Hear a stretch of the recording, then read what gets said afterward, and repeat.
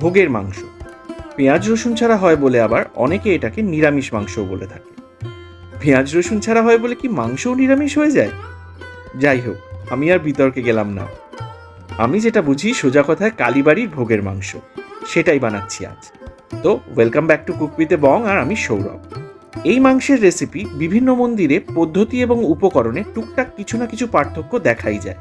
কিছু common factors আছে যেগুলো মোটামুটিভাবে একই দেখা যায়, সেগুলোর দিকেই ফোকাস করে মেনলি রেসিপিটা আজকে বানিয়েছি।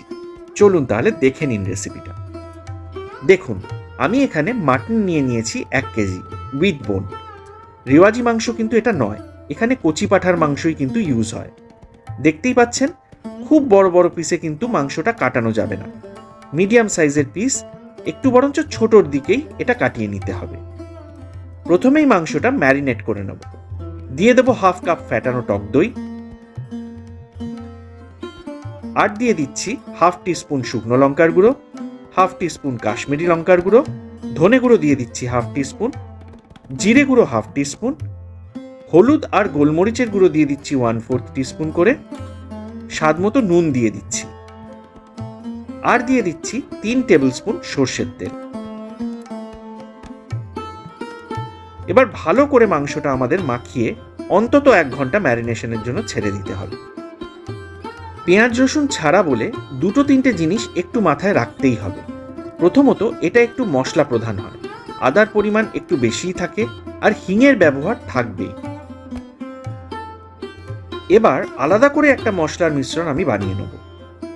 নিয়ে নিচ্ছি 1/2 টিস্পুন হলুদ গুঁড়ো, 1 টিস্পুন জিরে গুঁড়ো, 1 টিস্পুন ধনে গুঁড়ো, 1/2 টিস্পুন গোলমরিচের গুঁড়ো, নিয়ে নিচ্ছি 1 টিস্পুন শুকনো লঙ্কার গুঁড়ো, আর 1/2 টিস্পুন কাশ্মীরি লঙ্কার গুঁড়ো, আর সব শেষে 1/2 টিস্পুন হিং। এই হিংটাই কিন্তু এই মাংসটাকে একদম অন্য মাত্রায় নিয়ে চলে যায়। কিছুটা গরম জল দিয়ে এটার একটা পেস্ট আমি বানিয়ে সরিয়ে রাখছি।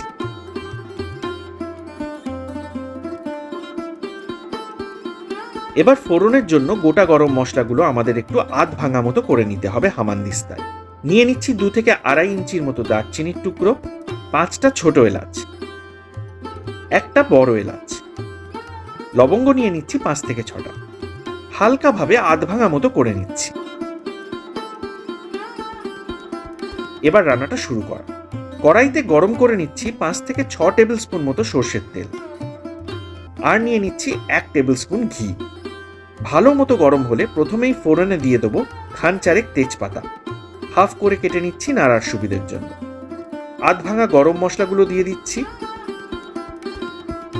হালকা আছে 5 থেকে 6 সেকেন্ড মতো নেড়েই দিয়ে দেবো 3 থেকে 4টে শুকনো লঙ্কা। 8 থেকে 10 সেকেন্ড মতো নেড়ে এবার আমাদের দিয়ে দিতে হবে 2.5 টেবিল স্পুন মতো আদা বাটা। পেঁয়াজ রসুনের ব্যবহার নেই বলে আদাটা কিন্তু একটু বেশিই লাগবে। মিডিয়াম ফ্লেমে 15 থেকে 20 সেকেন্ড আদাটাকে কষিয়ে নিয়ে আমি এবার দিয়ে দিচ্ছি মশলার মিশ্রণটা।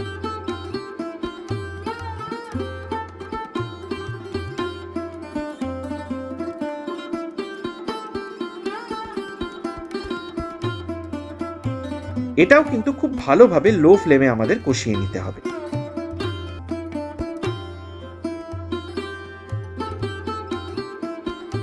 আর এই সময়ই আমাদের দিয়ে দিতে হবে 1 টিস্পুন চিনি।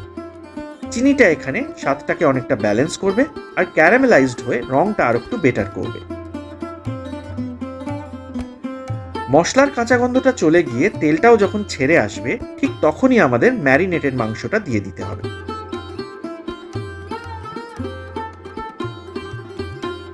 এবার আর কিছুই না, মাংসটা খুব ভালো করে আমাদের কষানো।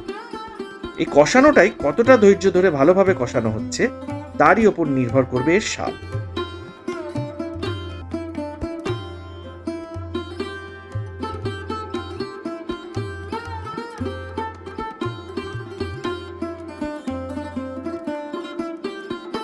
মিনিট 20 কষানোর পর 2-3টে আলু আমি একটু বড় বড় করে কেটে রেখেছিলাম, সেগুলো দিয়ে দিচ্ছি।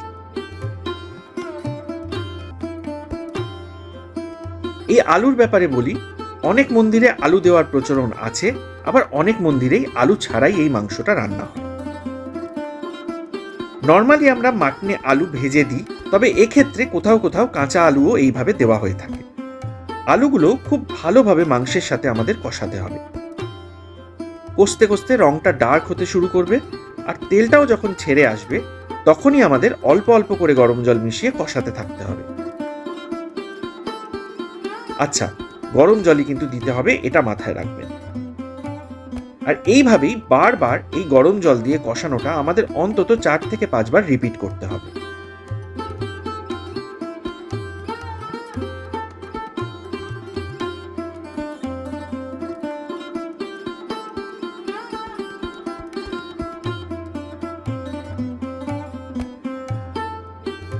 আর তারপর একদম শেষে আমাদের মিশিয়ে দিতে হবে বেশ অনেকটা পরিমাণ মতো গরম জল, মাটনটা সেদ্ধ হওয়ার জন্য।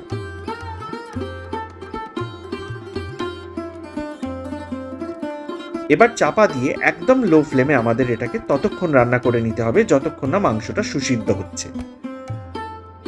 এর মধ্যে অবশ্যই একবার দুবার চাপাটা তুলে নেড়ে দিতে হবে যাতে নিচে কোনোভাবে লেগে না যায়।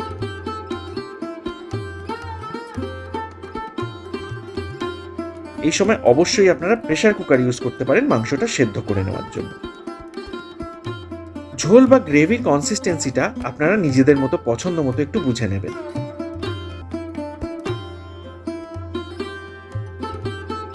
আর সব শেষে আমি 1 টিস্পুন ঘি দিয়ে দিচ্ছি, আর দিয়ে দিচ্ছি হাফ টিস্পুন গরম মশলা।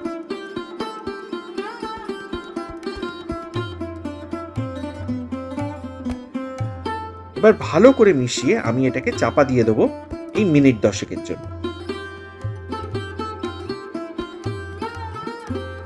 ব্যাস, আমাদের তাহলে কিন্তু একদম রেডি হয়ে গেল কালীবাড়ির ভোগের স্টাইলের মাংস। এই মাংসটাকে নিরামিষ বলা যাবে কিনা আপনারা এই কমেন্ট সেকশনে আপনাদের মতামত শেয়ার করুন। রেসিপিটা ভালো লাগলে কিন্তু লাইক, শেয়ার আর সাবস্ক্রাইবটা কিন্তু করতে ভুলবেন না। নেক্সট আবার আসছি দারুণ কোনো একটা রেসিপি।